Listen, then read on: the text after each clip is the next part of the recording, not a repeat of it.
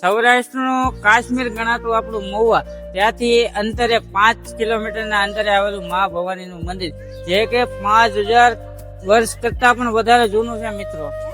આ રાજ્યને કનકપુર તો કોઈ કુંદનપુર તરીકે ઓળખે છે અને દેવી રૂક્ષ્મણી અહીંના રાજકુમારી હતા.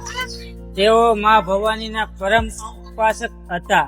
દેવી રૂક્ષ્મણીના લગ્ન શિશુપાલ સાથે નક્કી કર્યા હતા. તે તેને પસંદ ન હતું. આથી દેવી રૂક્ષ્મણી ને બ્રાહ્મણ દ્વારા ભગવાન કૃષ્ણને પત્ર મોકલાવું અને કહ્યું કે તમે ભવાની મંદિરે આવો અને મને લઈ જાઓ. ભગવાન કૃષ્ણ પણ મા ભવાનીને વંદન કરીને દેવી રૂક્ષ્મણીનું હરણ કરીને માધવપુર લઈ ગયા હતા. આથી આ મંદિર કૃષ્ણ અને રૂક્ષ્મણી માતાનું પ્રેમનું પ્રતીક ગણાય છે. જય ભવાની.